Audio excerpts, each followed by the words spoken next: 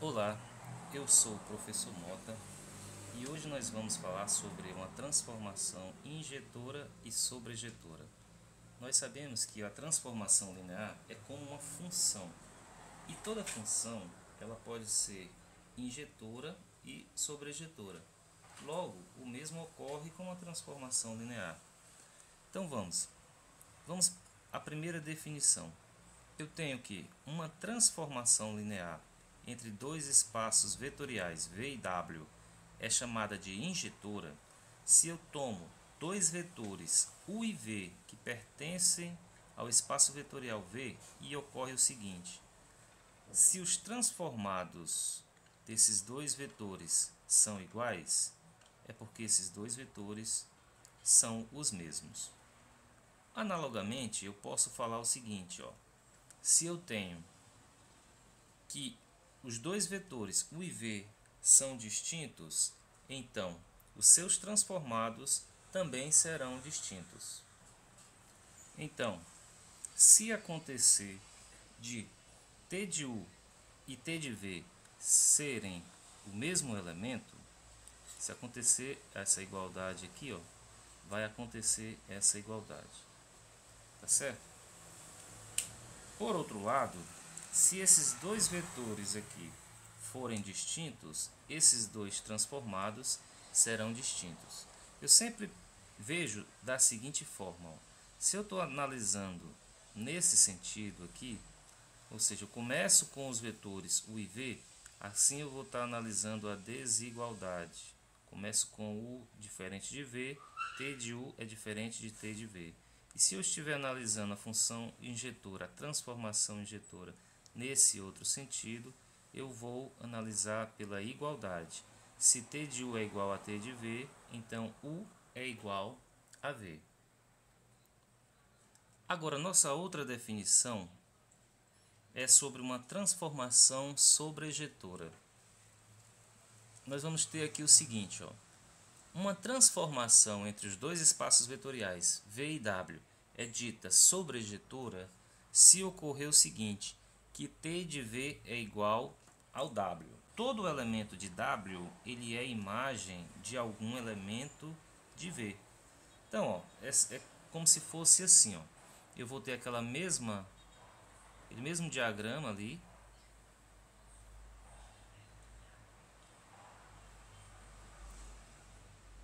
E aí o meu conjunto imagem, aqui é a minha transformação, certo? E o meu conjunto imagem é todo o meu W. Se isso ocorrer, então, a minha transformação é dita sobrejetora. Agora, pessoal, eu quero falar sobre uma coisa muito interessante, que normalmente a gente não vê isso nos livros didáticos. Uma transformação linear, eu posso ter uma transformação de uma dimensão menor para uma dimensão maior, tipo do R2 ao R3, do R2 ao R5, ou então transformação de um R em um R2, um R3, um R4 e etc. O que acontece é que o meu conjunto imagem ele nunca vai ser de dimensão maior do que o meu domínio. Ou seja, vamos supor, eu tenho uma transformação do R2 no R3. A minha imagem ela sempre será no máximo um elemento do R2, mesmo sendo o meu contradomínio um R3. Entenderam? Como assim, professor? Eu não tenho uma expansão na dimensão do meu espaço vetorial. Eu posso ter sim uma compressão. Mesmo sendo do R2 no R3, a minha resposta, a minha imagem, ela vai ser ou do R2, o que vai gerar um plano, né? Os meus vetores gerarão um plano. Ela pode ser do R1, onde gerará uma reta, ou será do espaço zero, onde vou gerar um ponto, ou um conjunto vazio. Então eu posso ter uma compressão, a transformação ela pode comprimir o meu espaço, mas ela não vai poder expandir o meu espaço, tá certo? Eu vou mostrar isso depois com o teorema do núcleo e da imagem, essa afirmação em que eu estou fazendo. Mas é importante você ver isso, e junto a isso também você vai ver aquela questão que já foi dita em aula anterior, que uma transformação linear, as linhas permanecem linhas e a origem permanece origem. A origem permanece na origem e as linhas permanecem em linhas, para que seja uma transformação linear. Isso você vai perceber que é muito importante. Eu vou mostrar agora um teorema e a gente vai já tentar visualizar ele antes de prová-lo algebricamente. Então eu tenho aqui, eu tenho uma transformação de V em W, uma transformação linear, e eu afirmo que o núcleo de T é o zero se e somente se essa transformação for injetora. Então vamos analisar à luz do que eu acabei de afirmar, né? Eu tenho que o meu núcleo é zero.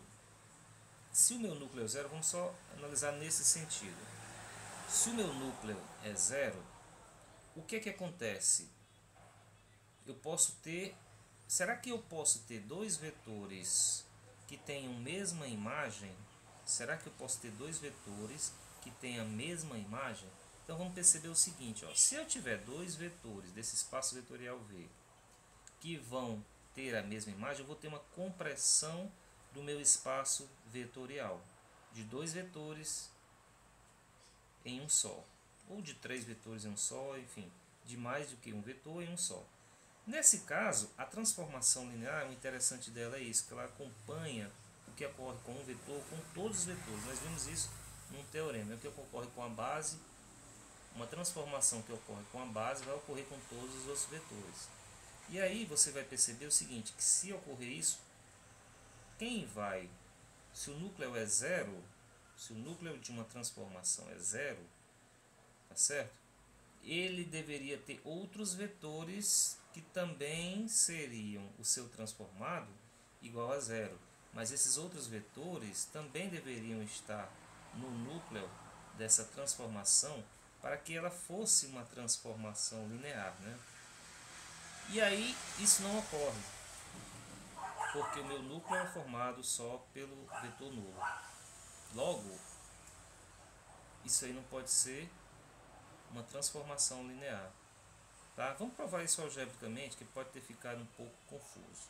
Mas se você analisar à luz do que seja uma transformação linear de forma algébrica, você vai perceber já essa questão do núcleo sendo o zero, apenas o vetor nulo, e você ter mais do que um vetor com duas imagens.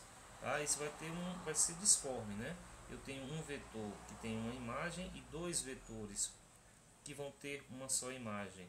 Isso não seria uma transformação linear, porque não seria uma transformação uniforme. Bom, então vamos provar esse teorema aqui.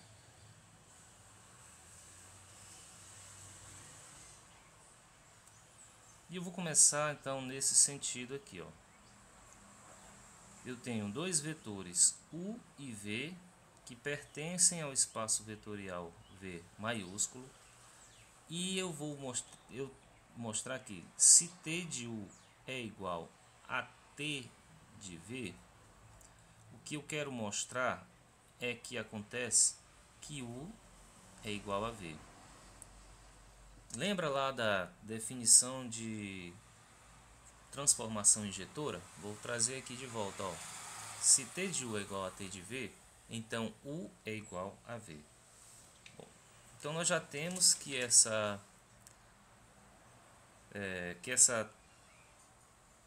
esse núcleo é zero, e aí nós vamos mostrar que isso aqui ocorre, ou seja, que ela é injetora. Bom, mas se eu tenho que T de U é igual a T de V, vou colocar aqui, T de U é igual a T de V, eu posso dizer então que T de U, subtraindo T de V dos dois lados da igualdade, é igual a zero. Como isso é uma transformação linear, eu também posso dizer que T de U menos V é igual a zero. E aí eu posso dizer então que se o núcleo é zero e o T de U menos V é zero, então eu posso afirmar que U menos V pertence ao núcleo dessa transformação linear, certo? Mas se ela pertence ao núcleo dessa transformação e o núcleo é zero, O que isso me diz? É que U menos V é o zero. E daí eu vou ter que U é igual a V. Certo? Bom, então, se T de U é igual a T de V, U é igual a V. Logo, T é injetora. Agora vamos provar a volta. Ou seja, T é injetora.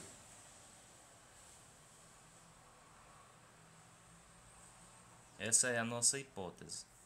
A nossa tese será mostrar que agora o núcleo de T é formado pelo zero.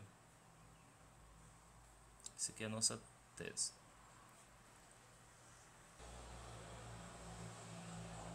Então, nós vamos agora tomar um vetor do núcleo. Eu vou tomar então um vetor V que pertence ao núcleo da minha transformação. Certo? Isso mostra que se o V pertence ao núcleo, então eu vou ter que o T de V é igual a zero. Mas necessariamente nós temos que o T de zero é zero, certo? A transformação linear leva o vetor nulo no vetor nulo.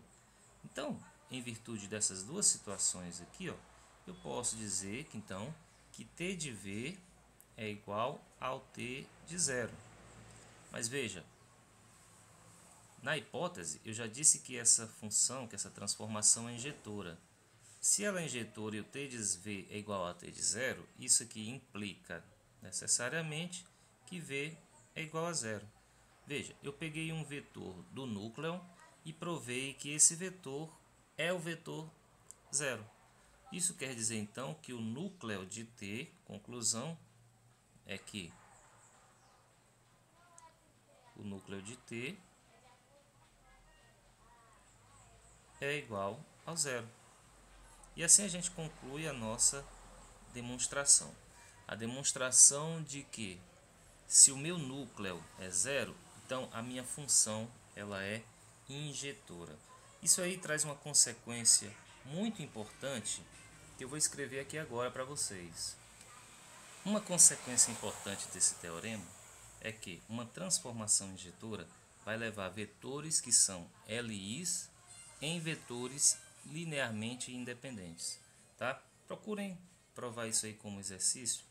E na próxima aula nós já vamos falar do teorema da imagem do núcleo. Eu espero todos vocês lá. Um grande abraço.